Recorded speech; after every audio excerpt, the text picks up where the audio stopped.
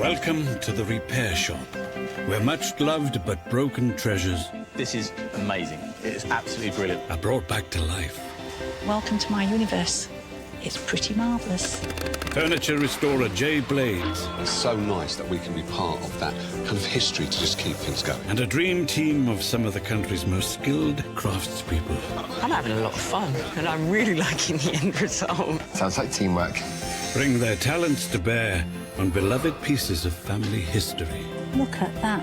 I'm liking what I see. Yes. You beauty. Utilising expertise passed down the generations, I'm going to teach you how to do it the old-fashioned way. transforming priceless pieces of family history. Oh, my goodness me. The repair shop team will resurrect the items, Oh, gosh. the memories, I'm going to have to hug you. and the stories behind them. Oh, look at that. Oh, thank you so much. Can't see it because the tears in my eyes. This is a very emotional job to do, but incredibly worthwhile.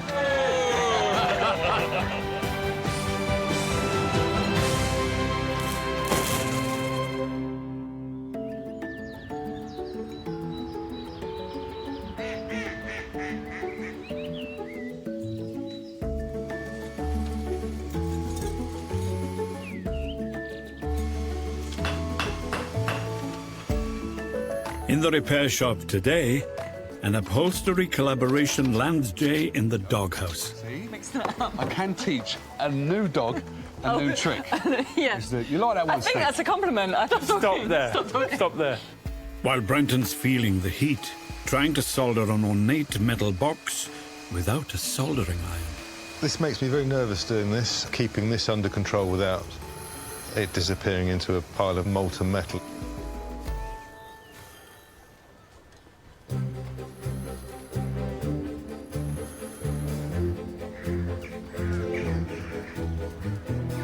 There we go.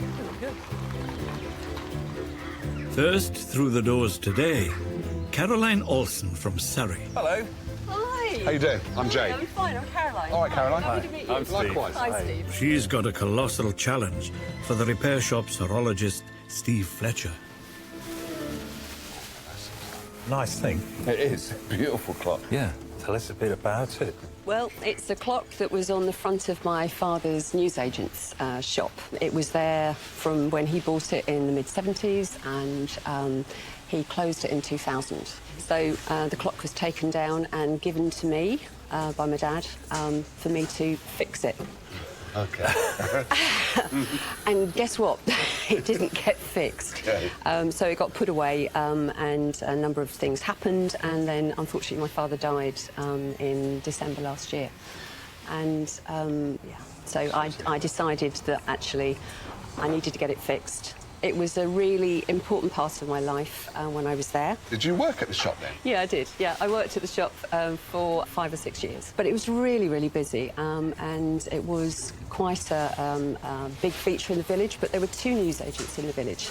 And there was a definite divide between who went to my dad's shop and who went to the other shop. Right. My dad was a real character. If you've seen Open All Hours, I'm sure the guy who wrote that came in and saw my dad and thought, that's Arkwright from Open All Hours. Right. So he was a real character. And you either, like Marmite, you either loved him or you went to the other newsagents. Okay. So How do you feel looking at the clock now in its present condition? there's lots of memories tied up with where it was and my time there. Some good times, some pivotal times. That's where, you know, I met my husband, and, you know, his parents lived in the village as well. But also, you know, the shop isn't there anymore at all. So, and neither is my dad. So, it means a lot to me. So, lots of mixed feelings. Lots of mixed feelings about it. Yes. Yeah. And what would you like us to do to it? What I would like, if at all possible, is for it to be got working again, but possibly to change into a battery rather than the electric, so I can hang it up safely at home. But I'm not sure whether that how feasible that is, but depending on what you think. I don't really want the face renovated too much because I quite like it. I don't, you know, that's it. Yeah, absolutely. I think it's lovely, and I think there's some work for others in the team here. I'm leaving it in very capable hands, so thank you very much indeed for your time. Thank you so much. Thank you. Thank you. Take care now. OK, thanks. Bye-bye. Bye-bye. I think my dad would be really pleased that I've found somebody that can fix the clock. It's part of the family history, something that meant so much to him because the shop was really important to him and he was very proud of it. And it will be something that I can pass on to my granddaughter, hopefully. We've got to get it looking good, haven't we? Yeah, and the face, she doesn't want anything done. No, she doesn't. But the main thing is to get it working, though, isn't it? It That's is, what she yeah, wants. yeah. Yeah, it's going to be a team effort, this one. It is, yeah. We could admire this all day. We could. It's got to go over to your bench, though, isn't it? OK, come on, bring it over there. You cheeky.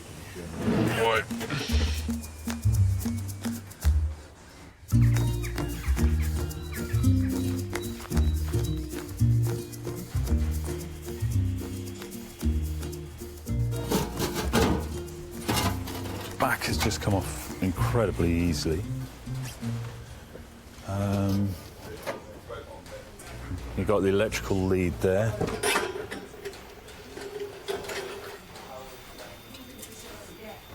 This dial is in shocking condition, really, and Caroline is desperate to keep it as it is because this is how she remembers it.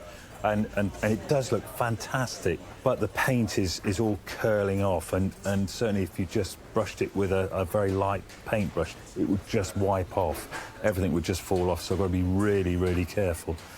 I'll just pop this over here now, and I'll take this case over to Dom and see what he thinks.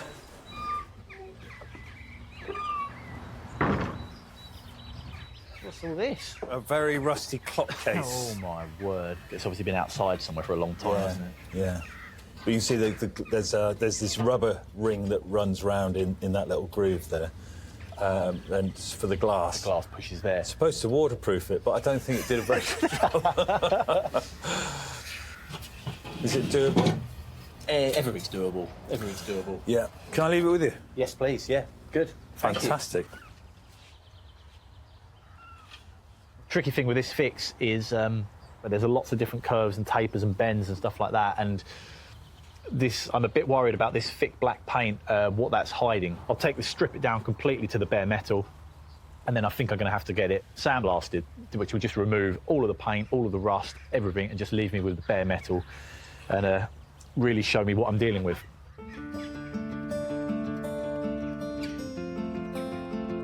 The next visitor here to consult the repair shop team is Mick Glozier from Colchester in Essex. Good morning. Oh, lovely to see you. And you, yes. I'm Sonnaz. I'm Mick. Nice to meet you.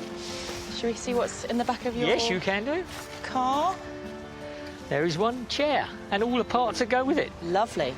Upholsterer Sonnaz Nooranvary is the expert tasked with putting the spring back into this family heirloom. What have we got here? Well, this is actually a barber's chair. OK. It was my grandfather's. Your grandfather's who chair? had a shop in Wivenhoe in Right. Essex from 1902, 1903. He was a hairdresser. My father took over the business when he got too old to do it and run the hairdressing side. When I was born in 1948, he was running the shop himself, and Dad used to work 7 days a week in the shop till he died in 79. In 1979, I took it home, put it in the garage, and it's been moving around my house ever since because I desperately wanted to put it back to rights. I stripped it down and sanded it all down, but that's as far as I got about 6, 7 years ago, and it's sat in my dining room ever since. Like this? Like this. That, on top of that, on top of that. Has it Thinking really? I must do something with it one day.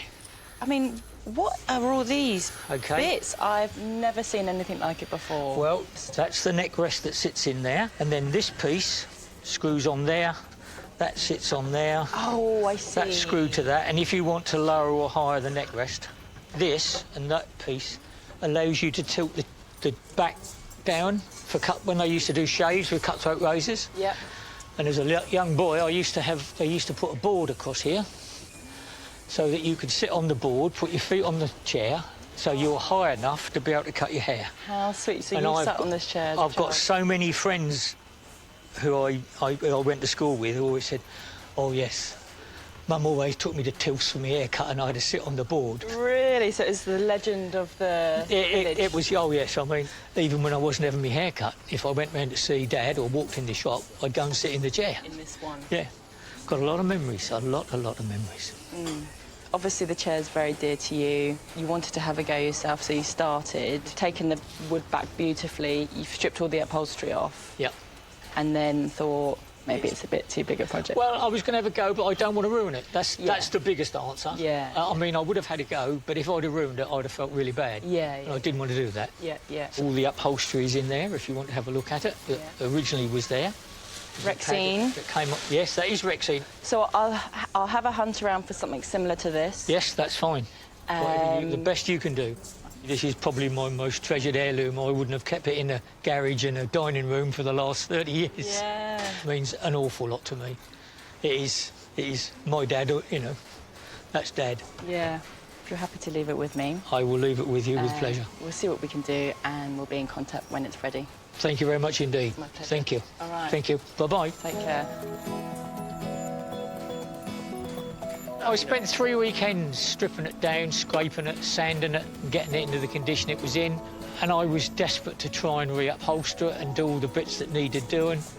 But it's a skilled job and I'm not that skilled.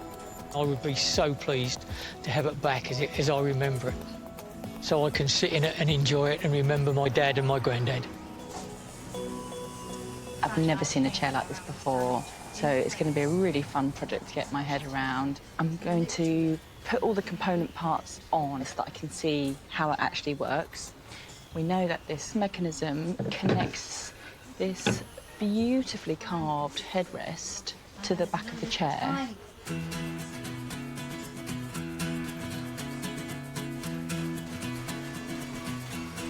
Look at that. So that, if somebody's having a wet shave, they can tilt their head on that back and it will support it, and you adjust it with this thing of beauty. That is so cool. It's like a flat pack piece of furniture, but much better quality with no instructions. But luckily, that's my favourite way of assembling. Quite like the voyage of discovery. I'm a bit of a nerd like that, really.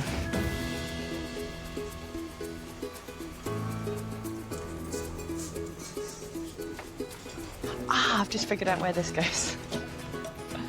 Between there, gotcha. It's the handle to hold on to move the back. Push it forward. Fantastic. I'm thrilled that I've got it all together so I can start sanding down and waxing the woodwork.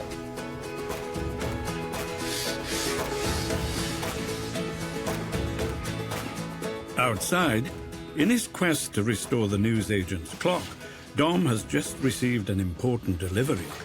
OK, so this is the main body of the clock back from sandblasting. This is a nerve-wracking moment. Hopefully it won't be too bad. So now it's all been completely stripped. All the paint from sandblasting it, that strips all that away. Anything loose, anything that's just not on, like not solid metal anymore, gets blasted away. Unfortunately, it's blasted away. It's taken away so much because it was so rusty, so thin. Now I'm left with just this is littered with holes. It's really bad all the way around this bottom edge. Oh my! There's a lot more work to do on here than I'd hoped. Dom must remove all the crumbling sections of metal before cutting out new pieces to slot in.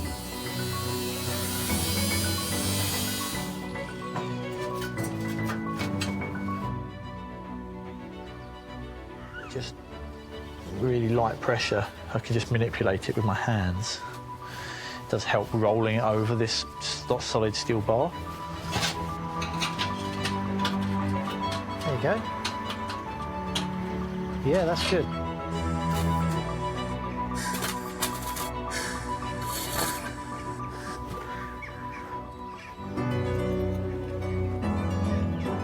Meanwhile, inside the barn, Steve is beginning work on converting the clock to run off a battery-powered quartz movement instead of the mains.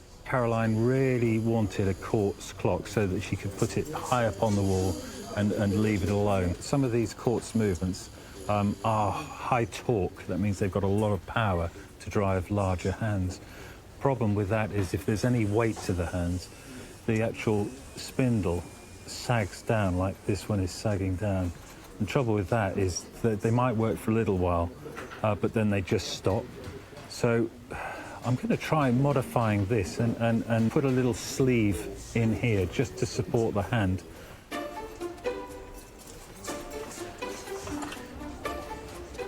I'm hoping this is going to work. I've never done it before.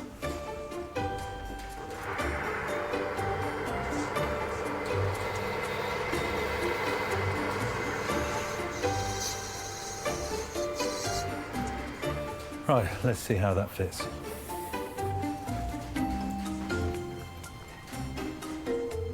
So that's fitting in there really quite nicely, and it's actually supporting the shaft. So I'm hoping that this has actually improved it enough so that it goes on for years.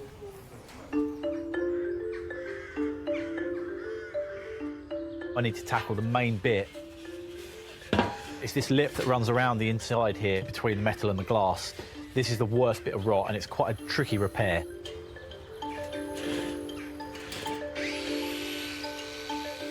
Dom cuts out the old, damaged section of the rim, then cuts a new piece.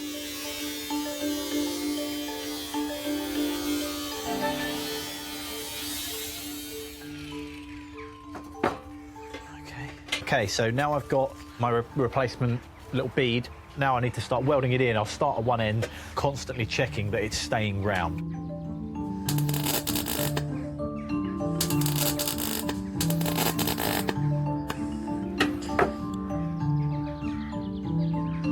It looks good. I'm really pleased how that's coming on, but I can double check. So I've drawn this circle on the bench. This is exactly what it used to be before I cut all the metal out. That looks absolutely bang on. I don't really have any allowance for being wrong, basically. If it starts to end up being an egg shape or slightly straight on one end, the glass just won't fit, so it had to be right. And it is. It's now time to put the primer on, which is going to be grey.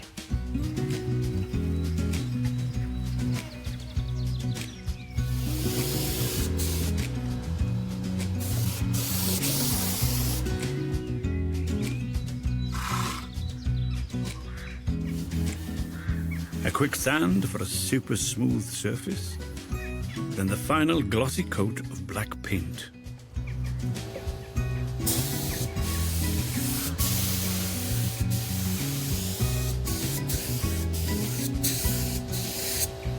Oh, that's fantastic. Honestly, the black's gone on much better than I was actually expecting. I just need to now let this dry as quick as possible and then take it into Steve.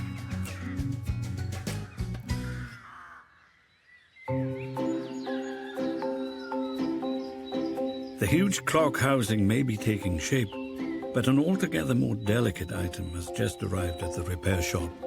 Nicola and John Davis from Cardiff have brought a cherished possession which has been in Nicola's family for generations. Silversmith Brenton West is expecting them. Hi, I'm Brenton. Nicola, nice to meet you. Hello, I'm John. Hi, John. Nice to meet you. What have you got? So, I've got my dad's silver antimony box, which isn't very silver anymore. OK. And the hinge is broken.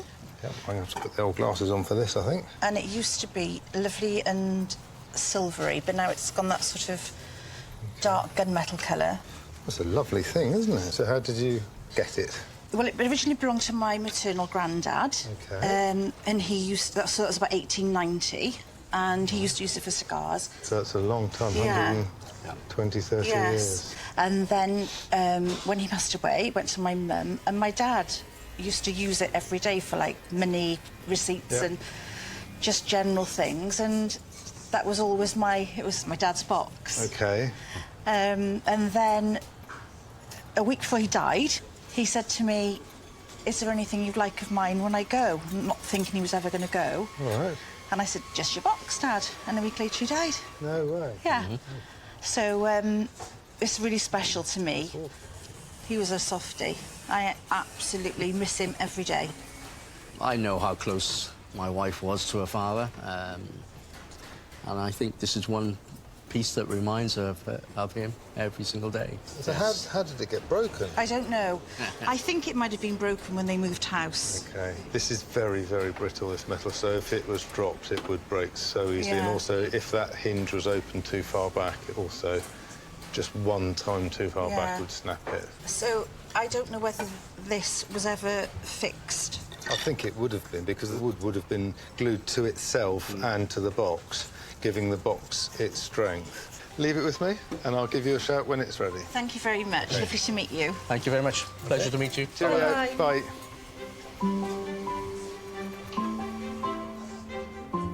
It'd be lovely to see it back together, and my dad, if he was alive, he would love it, because he looked after it for years and years and years, and it would be lovely just to pass it on to my son now in the same way that I saw it as a child. It is a very important item of this family. I'd basically given up hope of ever seeing it in one piece again. This delicately carved 19th century box is made from a metal called antimony. In its powdered state, antimony was used by the ancient Egyptians as an eyeliner, but in its metal form, it can be more challenging. I've got to tell you a story about one of these boxes. Oh, right, OK. When I was about 18 or 19, a girlfriend of mine, she brought her boss's box in that was just like this, and the hinge was broken. So I thought, that's easy enough, I'll just solder it up. I put my gas torch on there, and it all just went... The whole box? The whole box just melted. All over one side just melted. Oh, dear. I was in a bit of bother. Oh, dear. Am I going to have to think about this quite carefully, how I'm going to do it? Yeah, absolutely. Yeah. I'll come up with something. Yeah, yeah. Good luck. Don't put too much heat on it. I'll try not to. Thank you.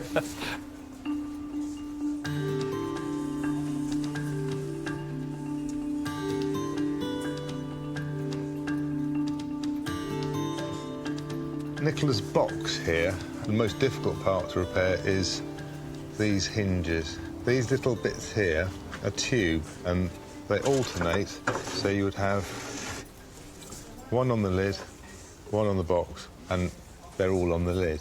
So that's why it's come away from the base of the box. So the wood is filthy, but it's nice thick wood, so what I need to do is to sand it, glue it back together, fit it back in the box, and that will give the box a lot of strength. The other problem we've got with the box, Nicola said the side of the box was split. Actually, it's the end of the box, as well as the side of the box, and that side as well, so the box is falling to bits. So there's lots of soldering to do.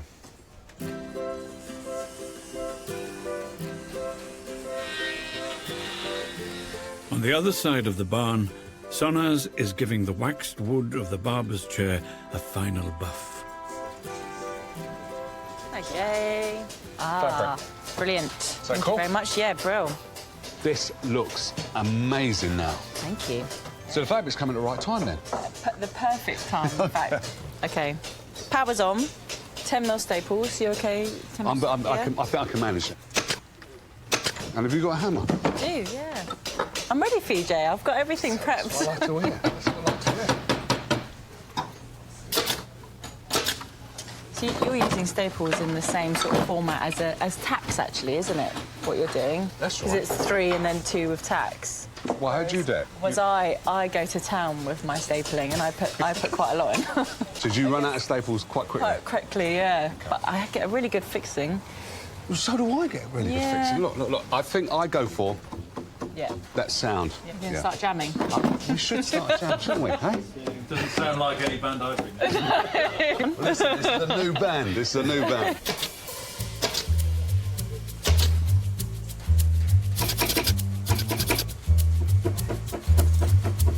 How'd you get the sound? Let me hear. Oh, yeah. I used to play bass guitar, you know. Did you? Yeah. Oh, right, so you know the sound that you're going for then? Pretty much. No, that does sound good. That Is it sounds too better than tight? mine. Is it too tight? No, that sounds better. No, but it's all right. I like it. No, I do like the 3. I'm going to do a bit of yours then. Go for it. See? Mixing it up. I can teach a new dog a new trick. Yeah. So you like that one, I think Steve? that's a compliment. I think he's trying to be nice. No, that's a good one. No. Normally they say what it is. They normally say that us old-timers can't teach the young ones anything. Just stop there. Stop there.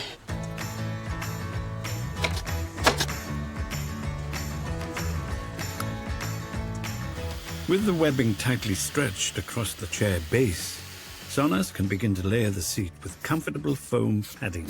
The reason I'm gluing it and not stapling it is because it's already got quite a lot of holes in it, and I don't really want to add to that. And I much prefer the finish with the glue. It's really satisfying.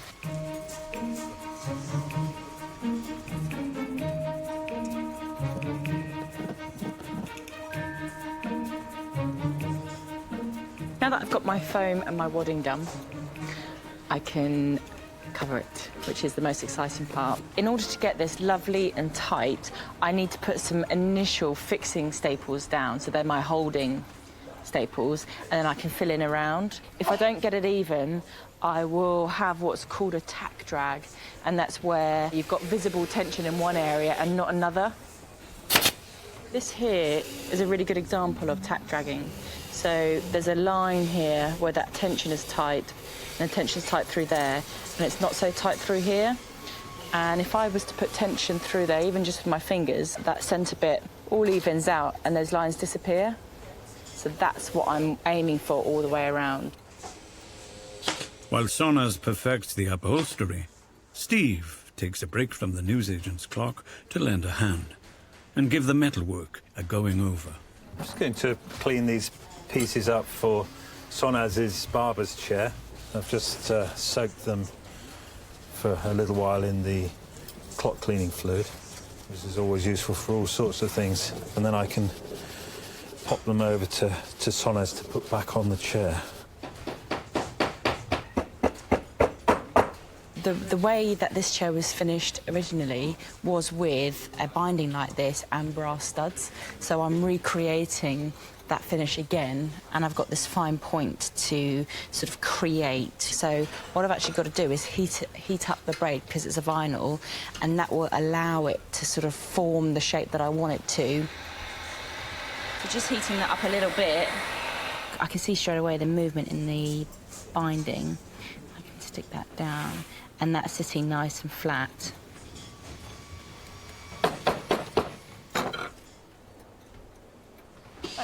Hey, right, I've cleaned these bits up. Oh, wow, excellent. They've come out better. They're not perfect. But not being perfect is even better, actually, because it's better that they're not absolutely brand new. Yeah, well, that's what I thought, actually. Fantastic. Thank you very much. I really appreciate that. Okay. Lovely. Okay. Thank you.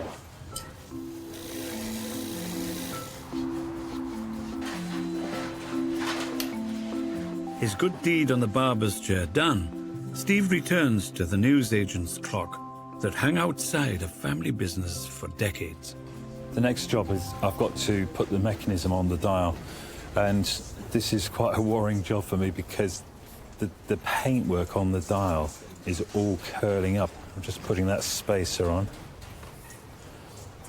and popping that over there.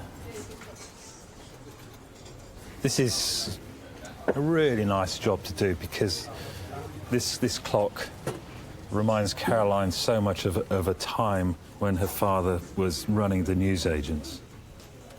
It's going to look absolutely fantastic up on the wall. Good.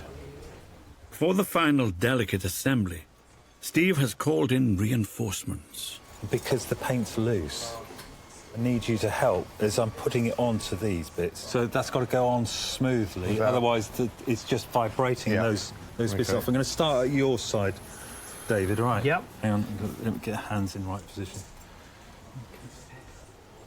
A lot. Is that it, Dave? I can't see. I've got this one in, yeah. Oh, you've got to hold the thread so that it's actually not touching the holes in the dial. Easy. You know what? We've done it. Hang on. Yeah, that's perfect. Oh, thanks, guys. Okay. Well, you're welcome. Thank you very much. No problem. When the clock arrived at the repair shop, it hadn't worked for years. But Steve and Dom's combined efforts have ensured it's ticking once again, and the once battered case is as good as new. It's now time for the clock to return to Surrey, to be reunited with Newsagent's daughter, Caroline. It's really important to me because it represents that time that I spent at the shop, but also because my father died a year ago, and actually tomorrow is the first anniversary of his death, so it's quite an emotional thing. So, yeah, it's very important. Caroline's son, Dan, and childhood friend, Pat, have joined her for the big moment. OK, we ready for this? Are we ready for this? 1, 2, 3. Oh, wow! That's brilliant! Isn't that lovely? They've done an amazing job with that. I'm really pleased with it, and I think grandfather, I think he'd be really pleased about the clock looking so good. It's the anniversary of his death tomorrow. It's quite spooky how that's worked out, actually. But, yeah, good timing. So we've got one more job to do, Dan.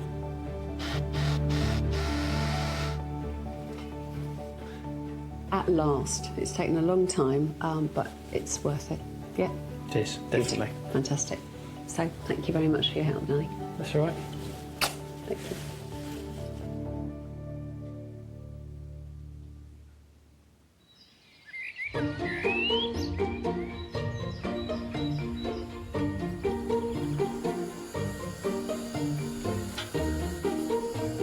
Back at the repair shop, and Brenton's tightly tying in the loose sides of the ornamental box in preparation for soldering them back together. This makes me very nervous doing this, so I'm going to have a go with a hot air gun rather than with my soldering torch. The hot air gun is a paint stripping gun, and it does get really, really hot, but not as intense and as hot as a flame. But it's a way of keeping this under control without it disappearing into a pile of molten metal. Now what I've got here is a temperature probe, and try sticking some solder on it and see what happens.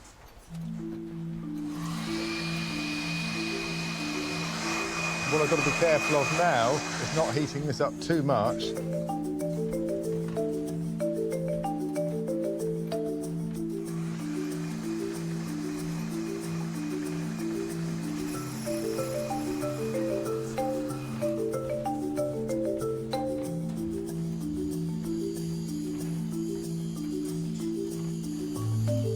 That is absolutely spot on. That's absolutely brilliant. Let that cool down. Whew. Sigh of relief there. So the next thing I've got to do before I make the hinges for this is to clean up this box properly, get all this white polish off it. And I think I'm just going to use soap and water and a scrubbing brush. Polishing antimony is not recommended, as it can release harmful chemicals.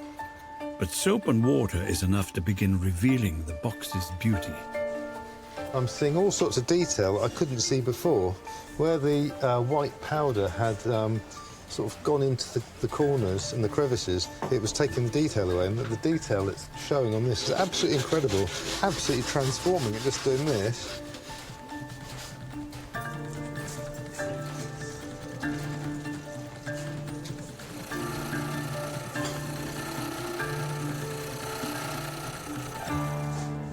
So I've got to make some knuckles, which are the little tubes which hinges are made from, and I'll cut to that line. So I need to make 6 of these, and then I'm going to tape them into the box in position, make sure that it all works.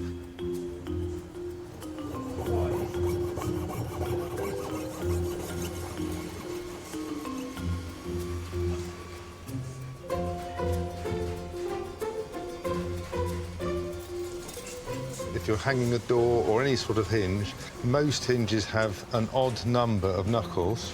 So that's 4 there, 3 there, which is 7. You always put the larger number on the bigger item. So if you're hanging a door on a house, you put the 4 on the door frame and the 3 on the door. It's good practice to put the more knuckles on the bigger part. I'm just putting little tiny bits of solder on, which when I heat up, hopefully will melt and run behind the brass bits and attach them in place.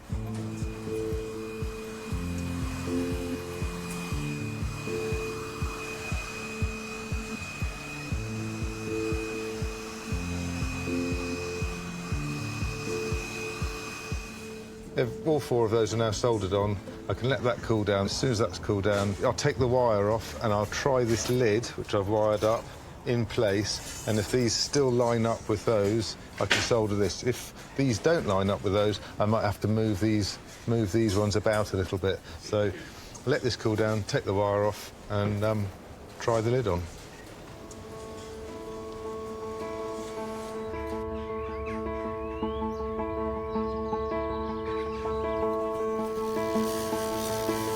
While Brenton waits for the metal box to cool, Sonnaz is ready to start reassembling her assignment, the wooden barber's chair. It's really lovely to be able to start putting the chair together and finishing it off now. I'm on the home straight. I can't wait for Mick to see it all together and see what his reaction's going to be. The chair has played a part in Mick's family for decades. First in his father and grandfather's barbershop, and more recently in Mick's home. The chair is really important to me because it was used by my grandfather, was used by my father, and I used to have my hair cut in it to see it again, put back together. Going to be absolutely wonderful. Hi. Hey. How are you? Very well, thank you, Sonnaz. And you? Good, thank you. Very Nice pleased to see you. How are you feeling? Excited? Yeah. Nervous? So, shall I not delay you any longer? Yes, please. Oh, that is fantastic. That is absolutely fantastic. Isn't that beautiful? That is how I remember it. Oh, that is... Thank you so much. My pleasure. Thank you so much. You've done a fantastic job, Sonnaz. Thank you very much indeed, my love. My pleasure. Memories that you wouldn't believe. Where does it take you back to? It takes me back to the High Street in Wivenhoe, mid-60s, when I used to spend a lot of time just sitting in the chair. Oh, I mean, look at it. I don't know how you've managed it, but it's beautiful. I love it to bits. It all works as per... Oh, yes, I'm sure it does. When yes, because it you did, had yeah. it. Yeah. So that will go back Yeah, I like should that. be able to sleep in that. So you can... That's your chill-out. Yes, the chill-out first. Chill-out part of the day. That's midday. Yeah. And that's first thing in the morning with a cup of tea. Yeah, beautiful, isn't it? Oh, it's going to be lovely. What do you think your father and grandfather would think about it, looking at it now? My dad would be over the moon. Would he? He was very proud of his hairdressing chair. He? Yes. I'd quite like it myself, Mick. Do you want to sit in it? Would you Can like I? to sit in it? Absolutely, yes. I'm interested to see how you think it feels. Just like I remember it. Yeah. And you can see the way I sit, just as I remember it. Elbows on the arms. Yeah, I can sit here all day. And you see, the good thing is, the cup sits on there nicely. Ah, inbuilt design feature. Yeah. Yes, my dad used to do that quite regularly. Did he? Yeah, a cup of tea on the arm. Can I give you a hug? You can, of course you can. Thank you. No worries. Beautiful. No worries. So if you're OK to give me a hand, we can take it out to your car. Yes, that'd be excellent. Thank you.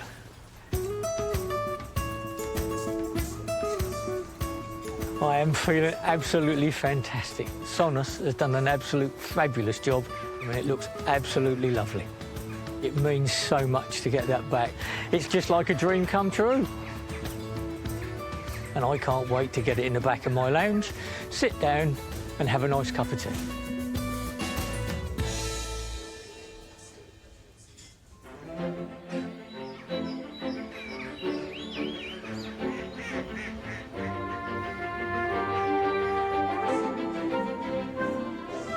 Brenton is also nearing the end of his restoration of the ornate 19th century box. Jay? Here we are. Remember that brass tube you got me? Yeah. Stuck it on. I've soldered it on there. Yeah. And hopefully I can get a pin up the middle of that and that will become a hinge. Hopefully that will go through all of those, come out the other end. There we go. Is it? Maybe? There it goes. Okay. Right, that's gone through there. And you've got a hinge. Let's have a look. Yeah, it's got a hinge now. Okay. So what else you got left to do on this one? So all I've got to do is put the wood in there. Right. Well, that's it. Give it back to Nicola. All right, I'll let her know it's ready. Brilliant. Cheers. Cheers.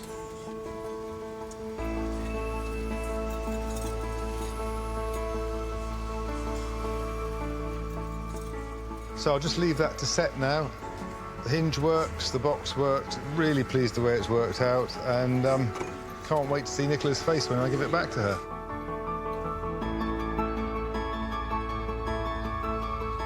Nicola and John have returned to the repair shop, eager to see how Brenton has got on with the restoration of her late father's beloved box. But I just hope it looks like it used to look when I was a girl, not the horrible, sad state it was when we brought it in. It'll just be lovely to have it back in the house. Hello. Hiya.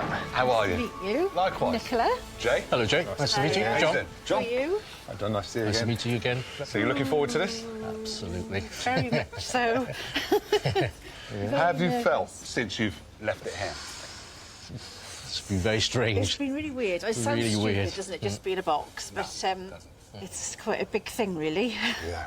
So what are you hoping for is underneath this? I hope that it's my dad's silver antenna box. OK. You're not the only one. OK. And that you managed to fix the hinge. Shall we do it then? Of course. Oh, wow. Oh, my God. Wow. Wow. That's amazing. That's fantastic. Oh, my gosh. Oh, God. It doesn't... It looks like it's brand new. Oh, thank you so much. Oh. Gosh, I didn't expect it to look like that. I really didn't. It's amazing. Did it take much to do? Or? Yeah, lots of work. Yeah. Lots of work. Yeah. It's nice to be able to save something like that. Isn't Yeah. It? And you can actually see the picture on it now. It's beautiful, You isn't really it? see it before. Really nice, isn't it? I know. It's lovely. I'm so thrilled. I just want to say thank you for bringing it in. Thank you so much. OK? Nice. Thank you, nice Brenton. to That's meet you. It's fantastic. been a pleasure to do Absolutely it. fantastic. Thank You take care now. Thanks. Bye. Bye-bye. Bye-bye. Bye-bye. He's just done the most superb job with it. You would never even think it had been broken. It's amazing. I'm just amazed. Like it's gone beyond our wildest dreams, I know, isn't it? yeah. I would, more than anything, love for my dad to be here as well, to see it. But just really happy that it looks like it does when I was a little girl, and that's what it would always remind me of my dad.